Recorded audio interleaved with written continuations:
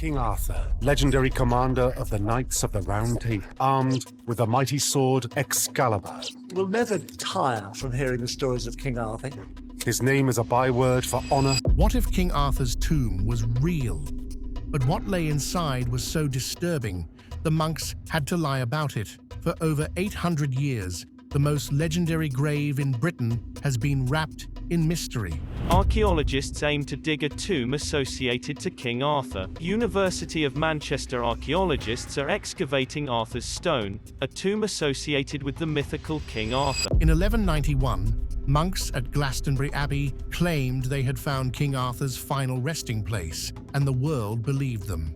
But now, new archaeological discoveries in nearby caves may confirm their story in the most unsettling way possible. Because what scientists uncovered isn't just potential proof of Arthur's existence, it's something much darker, evidence of an ancient secret the church may have tried desperately to erase. The fire that started everything. They claimed it was King Arthur's tomb. But what they really found may have been so disturbing, they had no choice but to lie. In 1291, the monks of Glastonbury Abbey made a discovery that would echo through history. Beneath two ancient stone pyramids in their cemetery, they unearthed a massive oak coffin buried 16 feet deep. Inside were the bones of a towering man, reportedly nearly 9 feet tall, and the smaller remains of a woman believed to be Queen Guinevere. A lead cross lay beside them, etched with a chilling inscription. Here lies, buried, the renowned King Arthur in the Isle of Avalon. The historian Gerald of Wales examined the bones and proclaimed them genuine. The discovery was so significant that decades later, King Edward I personally oversaw the reburial of the remains before the high altar of the Abbey Church in 1278. But modern scholars have long viewed the event with deep suspicion. Why then? Why there? The timing was suspicious. In 1184, just 7 years earlier, Glastonbury Abbey had burned nearly to the ground. Sacred relics, manuscripts, and centuries of religious history were reduced to ash. Once one of Europe's wealthiest institutions, the Abbey was now bankrupt. The monks didn't just need money, they needed a miracle. The so-called discovery of Arthur's tomb seemed too perfect. The language on the lead cross used terms too modern for the era it supposedly came from, and the grave's dramatic presentation felt more like theater than history. Even more suspicious was the political utility of the discovery. King Henry II, who ruled at the time, was struggling to suppress Welsh resistance. Arthur, in Welsh legend, wasn't dead. He was sleeping in a cave, waiting to return. Declaring Arthur definitively buried in English soil served as a devastating blow to that hope. Suddenly, Henry could claim symbolic dominion over Britain's most revered hero, and the Abbey could restore its reputation and attract pilgrims once again. For centuries, historians dismissed the entire affair as a calculated hoax, medieval propaganda at its finest. The bones themselves vanished in the 1530s during Henry VIII's dissolution of the monasteries, erasing any hope of scientific verification. But new archaeological findings have changed everything.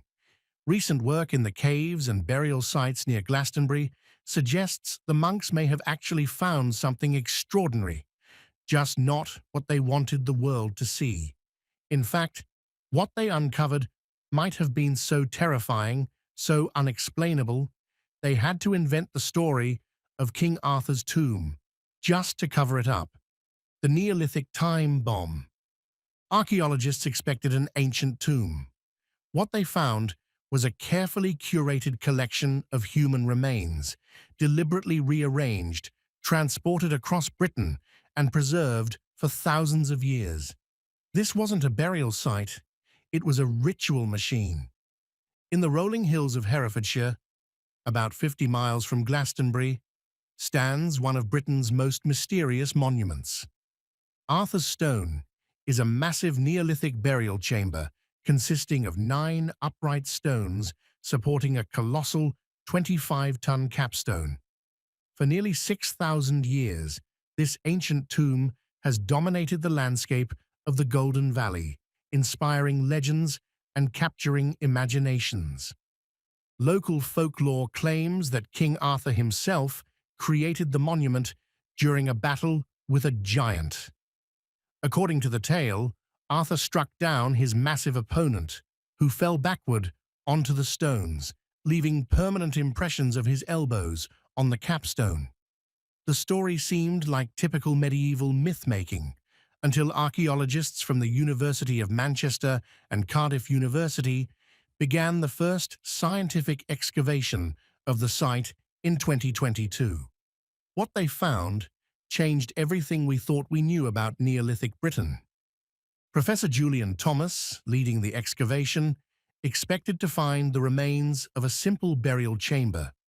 Instead, his team uncovered evidence of a complex, multi-phase monument that had been used and modified over thousands of years. Arthur's Stone wasn't just a tomb. It was a sophisticated ceremonial center that may have served as a gateway between worlds.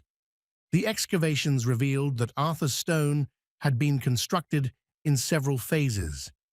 Initially, it was a dolmen, a simple chamber tomb surrounded by a circular stone bank with a single entrance. This detail alone was significant, as no other British dolmen had been found with such architectural features. The design showed remarkable similarities to monuments in Denmark, suggesting far-reaching cultural connections across Neolithic Europe. But the real shock came when the team began uncovering the human remains. The bones they found weren't simply buried, they had been deliberately manipulated and rearranged. Multiple individuals had been placed in the chamber as complete bodies, then later disinterred, sorted, and redeposited in carefully organized piles. This wasn't random burial practice. It was a ritual, an organized, generational practice of manipulating the dead. Even more disturbing was the discovery of artifacts that shouldn't have been there.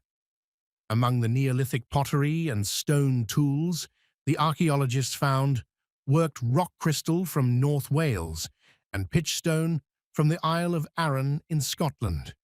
These materials had travelled hundreds of miles to reach this remote Herefordshire hilltop. Someone had made extraordinary efforts to bring specific, powerful substances to this place. The preservation of organic materials at Arthur's Stone was unprecedented for the region. The acidic local soil typically destroys bone within centuries, yet these remains had survived for millennia in near-perfect condition.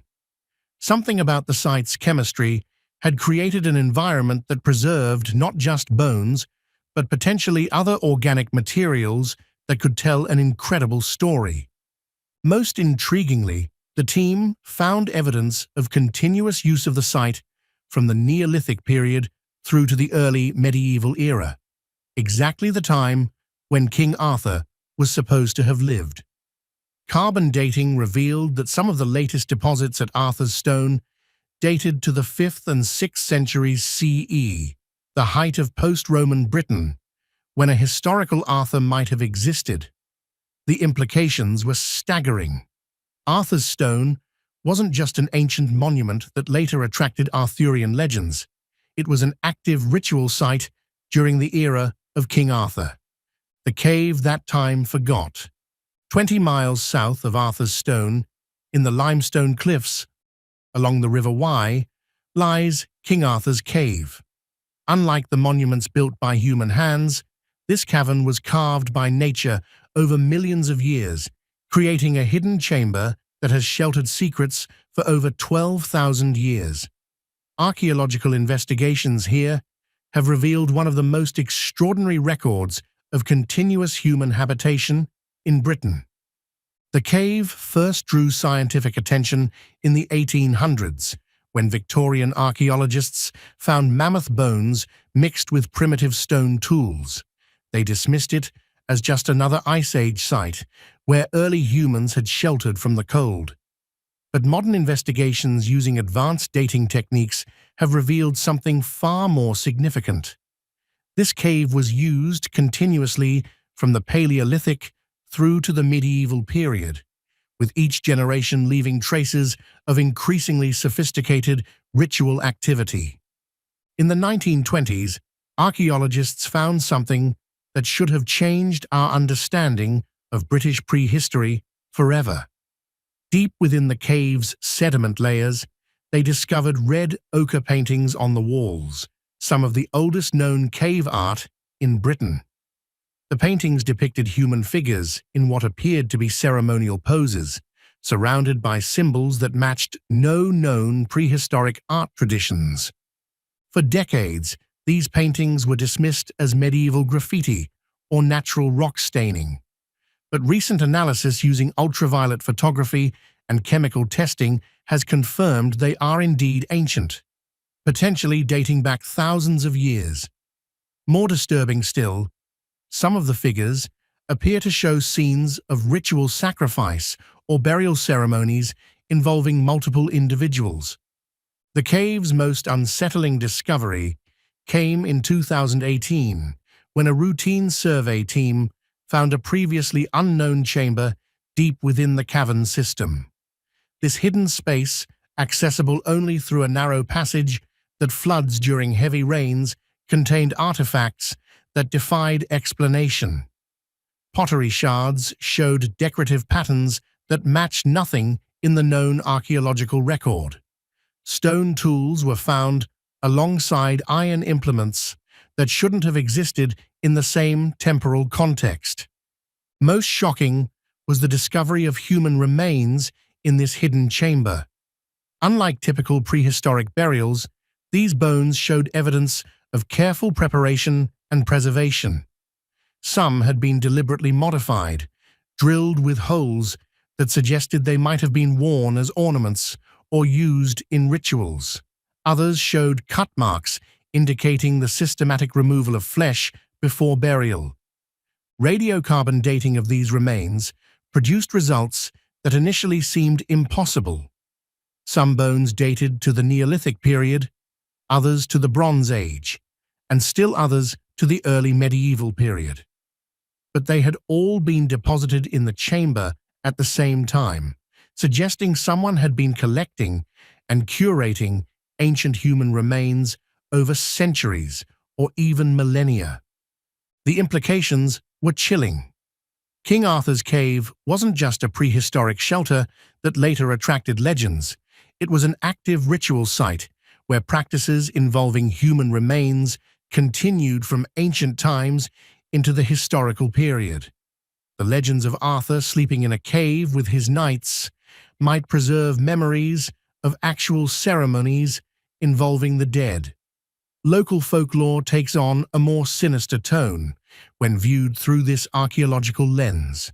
Stories of ghostly hunts and supernatural guardians protecting the cave might reflect real knowledge of disturbing practices that took place there. The molecular evidence. In 2023, everything changed when genetic analysis technology finally advanced enough to extract readable DNA from the ancient bones found at Arthur's Stone and King Arthur's Cave. The results sent shockwaves through the archaeological community and raised questions that no one was prepared to answer. Dr. Sarah Chen, the lead geneticist at Oxford University's Ancient DNA Laboratory, had been working with bone samples from both sites for over 2 years. The preservation of genetic material in these samples was unprecedented, far better than anything found at comparable sites in Britain. When the first DNA sequences came back from the lab, Chen knew she was looking at something extraordinary.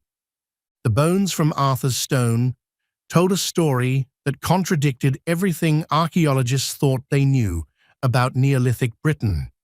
Instead of finding the genetic signatures of the early farming communities that were supposed to have built these monuments, the DNA revealed a much more complex population.